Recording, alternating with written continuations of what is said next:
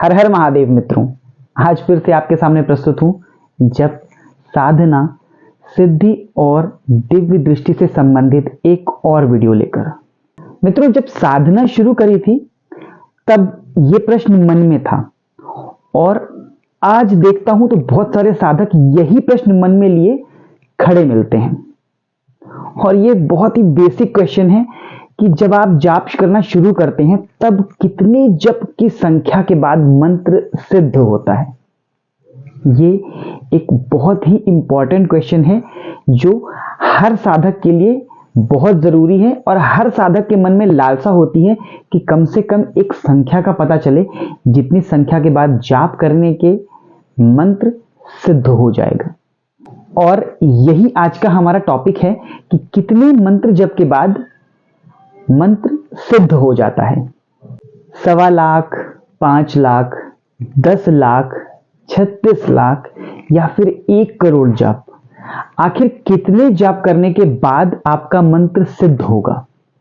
ये एक बहुत बड़ा प्रश्न है और आज इसी प्रश्न के उत्तर की खोज हम साथ मिलकर करेंगे।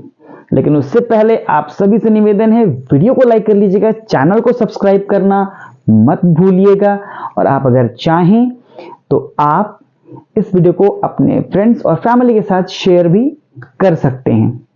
मित्रों, पिछले वीडियो में हमने इस बात की चर्चा करी थी कि दिव्य दृष्टि के लिए त्राटक साधना कितनी महत्वपूर्ण है और दिव्य दृष्टि प्राप्त करने के लिए साधना को कितने चरणों में कंप्लीट किया जाता है। आप चाहें तो उन वीडियोस के लिंक डिस्क्रिप्शन में हैं, आप डिस्क्रिप्शन में जाकर उन वीडियोस को देख सकते हैं और कुछ अच्छी जानकारी प्राप्त कर सकते हैं।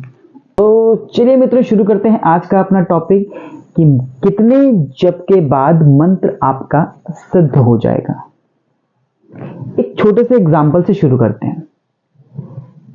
इस दुनिया में जितने भी लोग हैं, क्या सबकी क्षमताएं एक जैसी हैं? क्या सबकी बौद्धिक क्षमता एक जैसी है या फिर सबकी शारीरिक क्षमता एक जैसी है? कोई भी व्यक्ति किसी काम को जितनी आसानी या सुगमता से कर सकता है, क्या दूसरा व्यक्ति भी उतनी ही आसानी और सुगमता के साथ कर पाएगा? या फिर किसी व्यक्ति को एक काम करने के लिए जितनी प्रॉब्लम्स फेस करनी पड़ती हैं, जितना कठिन होता है उसके लिए एक काम, क्या दूसरे व्यक्ति के लिए भी वो काम उतना ही कठिन होता है? नहीं, हर व्यक्ति की क्षमता अलग अलग है। सब किसी की बौद्धिक क्षमता और शारीरिक क्षमता दोनों ही क्षमताएं अलग अलग हैं। किसी की बौद्धिक क्षमता ज्यादा होगी, किसी की शारीरिक क्षमता ज्यादा होगी। किसी का इमेजिनेशन पावर बहुत अच्छा होगा, कोई बहुत अच्छा लिख सकता होगा, कोई बहुत अच्छा पढ़ सकता होगा, कोई बहुत अच्छा याद कर सकता होगा। जब आप क्लास में पढ़ते रहे होंगे तब क्या आपके क्लास में हर स्टूडेंट को एक ही चैप्टर सेम मेथड समझ में आ जाता था? नहीं। क्या सबको एक ही चैप्टर सेम टाइम में याद हो जाता था? नहीं। तो इससे एक चीज हम समझ सकते हैं कि हर व्यक्ति अलग है। हर किसी का काम करने का तरीका अलग है और हर किसी का काम कंप्लीट करने का समय अलग अलग है।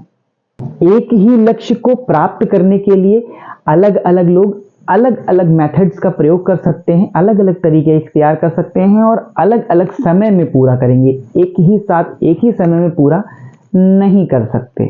मान लीजिए एक रेस में 10 लोग दौड़ रहे हैं, तो क्या 10 के 10 लोग एक ही समय पर रेस पूरी कर सकते हैं? नहीं। कोई सबसे पहले पूरी करेगा और कोई सबसे अंत में पूरी करेगा।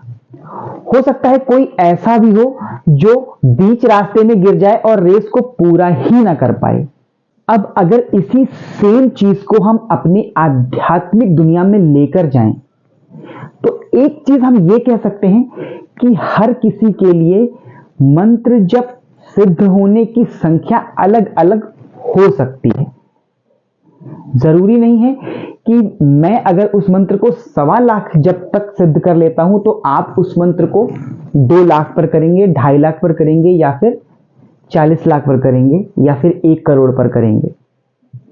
ये गिनती सभी के लिए अलग अलग हो सकती है। क्यों?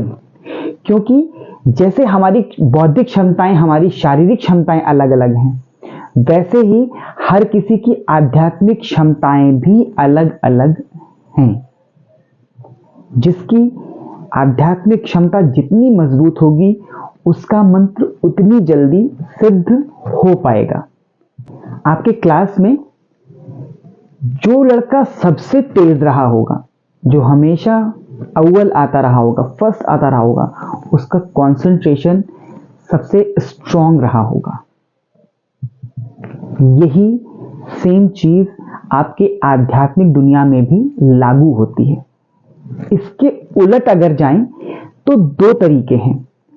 या तो आपका कंसंट्रेशन बहुत स्ट्रांग था, तब आप क्लास में फर्स्ट आ रहे थे, या फिर आप मेहनत ज्यादा कर रहे थे।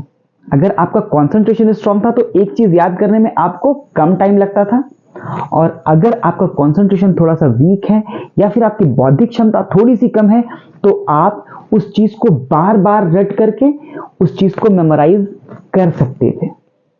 ये दो तरीके हैं, या तो बौद्धिक क्षमता का ज्यादा होना और या फिर आपकी मेहनत का ज्यादा होना। तो जरूरी नहीं है कि फर्स्ट वही आएगा जो कंसंट्रेशन में महारत हासिल करता हो या फिर जिसके पास ज्यादा बौद्धिक क्षमता हो। फर्स्ट वो भी आ सकता है जो मेहनत ज्यादा कर सके। और एक चीज का ध्यान रखिएगा कि मेहनत ज्यादा करने वाला ज्यादा देर तक टिक सकता है और अपने लक्ष्य को भले ही थोड़ा देर में प्राप्त करे, लेकिन वो अपने लक्ष्य पर टिका रह सकता है। तो अगर आपकी बौद्धिक क्षमता ज्यादा है तो भी मेहनत आपके लिए हमेशा कारगर सिद्ध होगी। तो एक चीज तो ये फिक्स हो गई है कि जिन लोगों को आध्यात्मिक क्षमताओं के साथ साथ मेहनत करना भी आता है, अपने जप को समय देना आता है, अपने आप को एकाग्र करना आता है, उन लोगों का मंत्र जल्दी सिद्ध हो सकता है और उनका मंत्र ज्यादा टाइम तक उनके साथ रह सकता है। क्योंकि जब आप किसी चीज को सिद्ध करेंगे तो हमेशा आपके साथ रहेगी नहीं, आपको उस चीज को पावर देते रहना पड़ेगा, उसको आपको लगातार जप करते रहना पड़ेगा सिद्ध होने के बाद भी। लेकिन फिर भी एक प्रश्न रह जाता है कि अगर किसी परीक्षा को उत्तीर्ण करना है तो कोई एक परसेंटेज तो होगा जिस पे व्यक्ति अपनी परीक्षा को उत्तीर्ण कर पाए। मान लीजिए 50% पे परीक्षा उत्तीर्ण हो रही है, तो कोई एक नंबर तो है, कोई एक गिनती तो होगी ही। किसी चीज को क्वालिफाई करने के लिए कोई एक डिजिट तो काम करती होगी कि इस डिजिट पर ये पेपर क्वालिफाई होगा। इस प्रतियोगिता को जीतने के लिए कम से कम इतने मार्क्स लाने हैं या कम से कम इतनी दूरी तय करनी है, तब तो वो परीक्षा क्वालिफाई हो पाएगी। कोई एक संख्या तो होगी ही। इसी तरीके से कोई एक जप संख्या तो होगी ही जिस पर पहुंचकर मंत्र आपका सिद्ध हो ही जाए।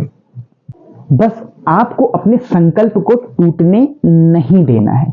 अगर आपका संकल्प खंडित हो गया तो फिर से आपको पुनरावृत्ति करनी पड़ेगी, अर्थात आपको फिर से अपना जाप शुरू करना पड़ेगा गिनती 1 से।